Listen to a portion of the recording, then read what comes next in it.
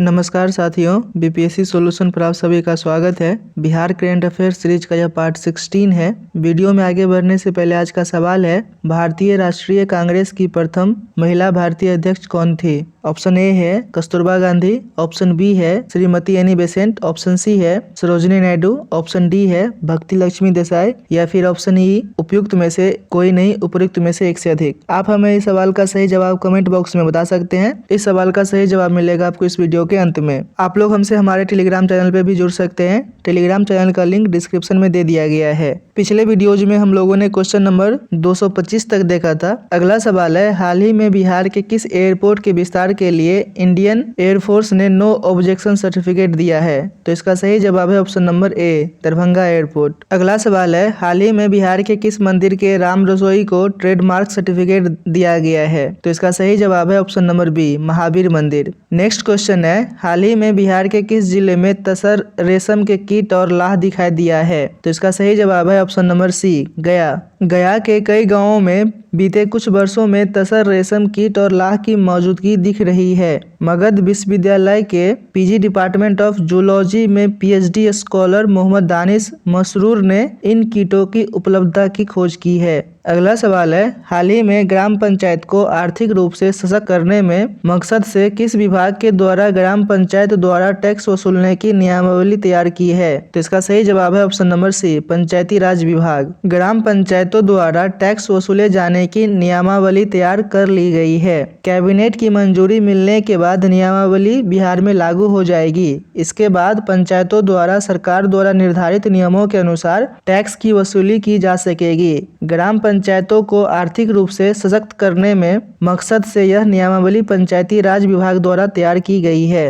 अगला सवाल है, हाल ही में समाज कल्याण विभाग के द्वारा आंगनबाड़ी कार्यकर्ताओं के शैक्षणिक स्तर में सुधार लाने के लिए कौन सी नई पहल की शुरुआत की गई है? तो इसका सही जवाब है option number D, Sunandini. Anganwadi कार्यकर्ताओं की शैक्षणिक स्तर में सुधार लाने की दिशा में अब नई पहल की गई है। इसके लिए सुनंदनी कार्यक्रम की शुरुआत की गई है। इस कार्यक्रम के तहत आंगनबाड़ी कार्यकर्ताओं को ECCE यानी कि प्रारंभिक बाल्यावस्था देखभाल एवं शिक्षा का 6th मंथ का सर्टिफिकेट कोर्स और 1 ईयर का डिप्लोमा कोर्स कराया जाएगा। समाज कल्याण विभाग के अपर मुख्य सचिव ने वर्चुअल माध्यम से सुनंदनी कार्यक्रम की शुरुआत की। राष्ट्रीय शिक्षा नीति 2020 के आलोक में आंगनबाड़ी कार्यकर्ताओं के शैक्षणिक स्तर के उन्नयन के लिए ICDS समाज कल्याण विभाग एवं बिहार मुक्त विद्यालयी शिक्षण एवं परीक्षा बोर्ड यानी कि BBOSE के संयुक्त प्रयास से आंगनबाड़ी कार्यकर्ताओं की शैक्षणिक योग्यता के सुदृढ़ीकरण एवं ऑनलाइन शिक्षा प्राप्त करने के लिए सुनंदनी कार्यक्रम की शुरुआत की जा रही है। अगला क्वेश्चन है, हाल ही में चकबंदी के लिए चक बिहार सॉफ्टवेयर तैयार करने के लिए बिहार सरकार और IIT के साथ समझौता किया गया है।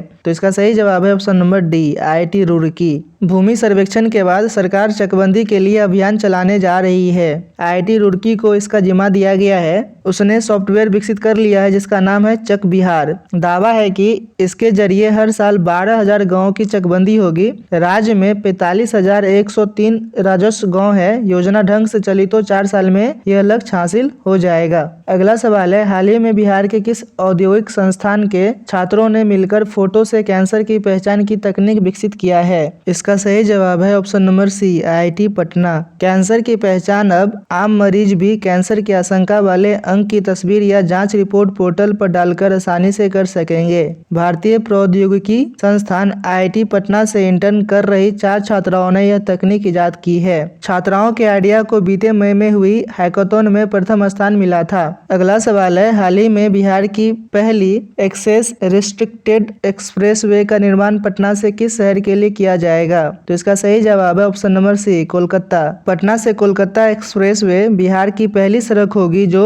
एक्सेस रिस्ट्रिक्टेड होगी। बीच में कोई वाहन इस रोड पर नहीं दिखेगा। अगला सवाल है, राज्य सरकार की राजस्व व्यय में निम्नलिखित में से कौन सा व्यय शामिल है? तो इसका सही जवाब है ऑप्शन नंबर डी, इनमें से एक से अधिक। सरकार के खर्च को 2 हिस्सों पूंजीगत व्यय यानी कि कैपिटल एक्सपेंडिचर और राजस्व व्यय यानी कि रेवेन्यू एक्सपेंडिचर में बांटा जाता है। सरकार की परिसंपत्तियों में वृद्धि करने वाले खर्चों को पूंजीगत व्यय माना जाता है, जैसे पुल, सड़क निर्माण। राजस्व व्यय में ऐसे खर्च होते हैं जिससे न सरकार की उत्पादन क्षमता बढ़ती है और न ही न्याय जैसे वेतन और पेंशन। अगला सवाल है, हाल ही में पटना उच्च न्यायालय के द्वारा किस जिला में स्थित ऐतिहासिक धार्मिक महत्व वाली याज्ञवल्क्य और लोमस पहाड़ियों के खनन पर रोक लगाया गया है? तो इसका सही जवाब है option number A, Nawada. Nawada जिले के रजौली प्रखंड मुख्यालय से 6 किलोमीटर दूर अवस्थित लोमस ऋषि पहाड़ पर हो रहे खनन पर रोक लगा दिया गया है। एसडीओ चंद्रशेखर आजाद ने बताया कि छपरा गांव सामाजिक कार्यकर्ता विनय कुमार सिंह की याचिका पर सुनवाई करते हुए 20 जुलाई को उच्च न्यायालय पटना के डबल बेंच में मुख्य न्यायाधीश संजय करोल एवं न्यायाधीश एस कुमार ने राज्य सरकार पर कड़ी टिप्पणी किया और तत्काल खनन कार्य पर रोक लगाने का आदेश जारी किया है।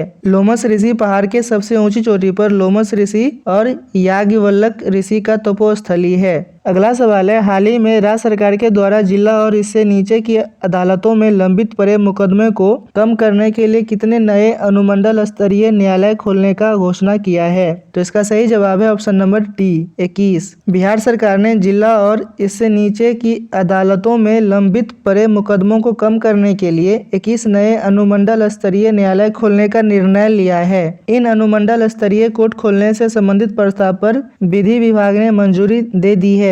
अब यह प्रस्ताव हाईकोर्ट के पास अंतिम निर्णय के लिए गया हुआ है। वहां से मोहर लगने के बाद इन न्यायालयों को खोलने की कयावद शुरू हो जाएगी। अगला सवाल है, हाल ही में बिहार का कितना जिला नक्सलवाद मुक्त जिला घोषित किया गया है? तो इसका सही जवाब है ऑप्शन नंबर ए, 6। बिहार में अरवल, पूर्वी चंपारण, जहानाबाद, मुजफ्फरपुर, वैशाली और नालंदा जिला को नक्सल प्रभाव से मुक्त घोषित कर दिया गया है। केंद्रीय गृह मंत्रालय के वाम उग्रवाद विभाग ने देश के 11 राज्यों के 23 जिलों को नक्सल प्रभाव से मुक्त बताया है। इसमें बिहार के ये 6 जिले भी शामिल है। अभी तक बिहार के 16 जिले नक्सल प्रभावित थे, जिनकी संख्या घटकर 10 हो गई है। अगला सवाल है, हाल ही में राज्य में हुए पंचायत, नगर निगम और नगर निकायों के पुनर्गठन के बाद कितने पंचायतों का अस्तित्व समाप्त हो गया है? तो इसका सही जवाब है ऑप्शन नंबर बी, 300।